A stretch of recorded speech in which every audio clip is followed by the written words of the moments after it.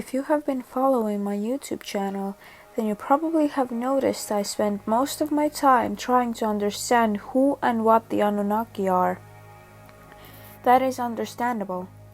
Who and what are big questions with many facets and plenty of mysteries to plumb, and it takes quite a lot of time and effort to piece together the answers.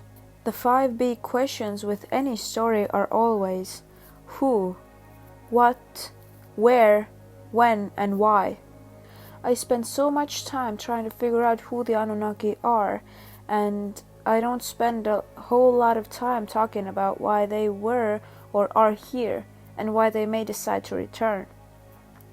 If you think about it, this is quite curious, because it isn't exactly as if Earth is brimming with cosmic significance, at least not insofar as we know. True, it could be, but it doesn't take a lot of imagination to reckon this is just one tiny planet in a universe teeming with life. So let's focus on that big question. Why? Why did the Anunnaki come here in ancient times? What do they want from us? What is likely to happen when they do eventually return? It's hard to answer this question as well, because the resources we have are so limited at this point. There are a lot of individuals who claim to know something about the Anunnaki, sometimes from personal experience. You will even meet people who claim to be Anunnaki. What does mythology say about the motives of the Anunnaki? The summary version is this. The theory goes that the ancient deities of Babylonian and Sumerian mythology, the Anunnaki, actually did exist. But they were not gods. They were ancient aliens visiting from a planet called Nibiru. As the ancients lacked the language to talk about other planets and species, they referred to these beings as deities. Now, the Anunnaki in ancient Eor played many roles in relation to humanity and the greater universe. But one of those roles was as our creators. Essentially, maintaining creation was a lot of work. The gods grew fatigued with all the chores of existence, and some of them went on strike.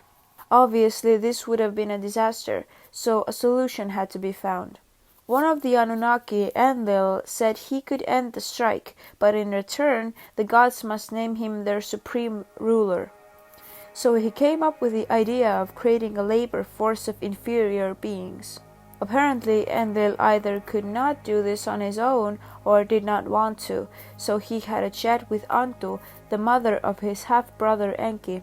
Inky was sleeping through this entire affair and apparently was highly suggestible in this state. His mother whispered the following suggestion in his head, given to her by Enlil. O my son, arise from thy bed, from thy slumber, work what is wise, fashion servants for the gods, may they produce their bread. Waking up, Enki thought he had a brilliant idea and suggested to the gods that they create a race of slaves. Everyone agreed, so he got busy with a mix of clay and blood from a slaughtered god. Working this together, he managed to create the first human beings.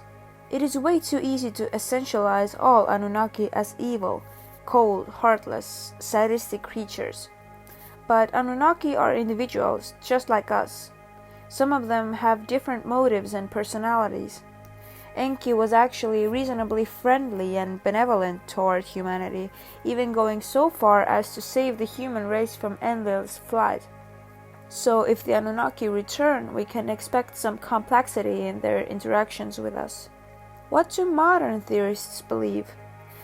An examination of mythology gives us a pretty good idea of the attitude of the Anunnaki toward humanity, but none of it answers the basic question, why Earth? Why here?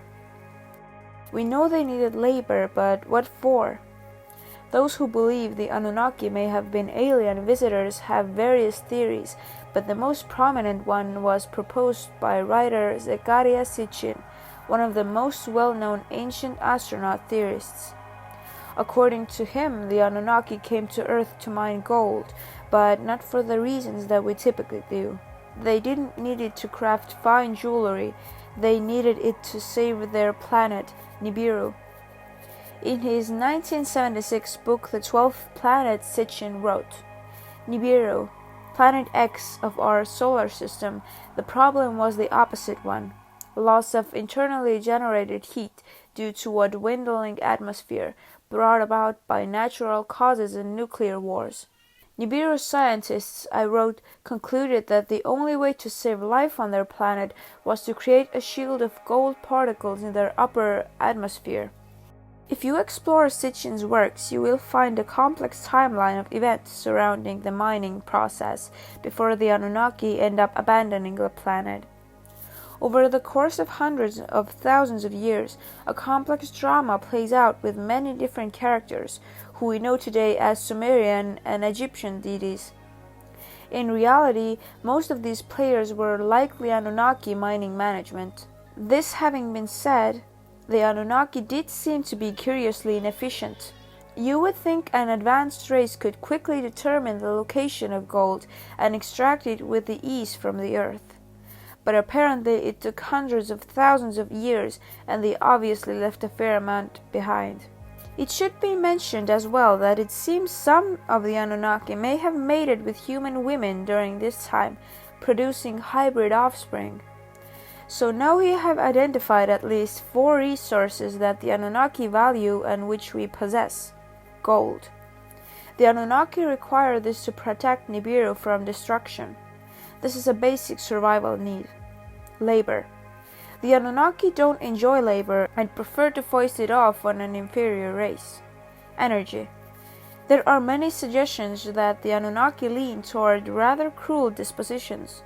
Perhaps the energy of human suffering provides them with something they need or want. Companionship. Clearly there is something about Earth women that intrigues the Anunnaki.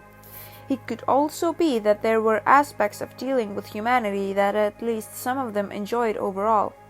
There were even periods of peace while they reigned on Earth, and some of them even gave power to human kings. Why are the Anunnaki coming back? The last question is of course the hardest to answer. Numerous indications point toward the imminent return of the Anunnaki.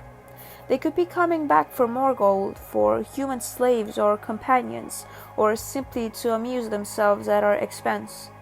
It is also possible that they are returning for the ones they left behind.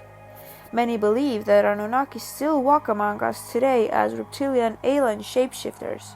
Another possibility is that they cannot help but come back, because Nibiru's natural orbit routinely brings them within reach of Earth. What will happen when that day arrives? Will it mean a war for possession of the planet? Will Earth be destroyed by a new round of flooding brought on by the gravitational force of Nibiru? Will we be brought back to Nibiru as slaves? Or will we find a way to coexist with the Anunnaki? Only time will tell. However the cause may be, the more we can learn about the Anunnaki and their motives, the more prepared we will be for that fateful day when they do come back in our orbit. Maybe one day we know the truth when the Anunnaki will return to Earth. Thank you for watching. See you next time, and don't forget to like and subscribe.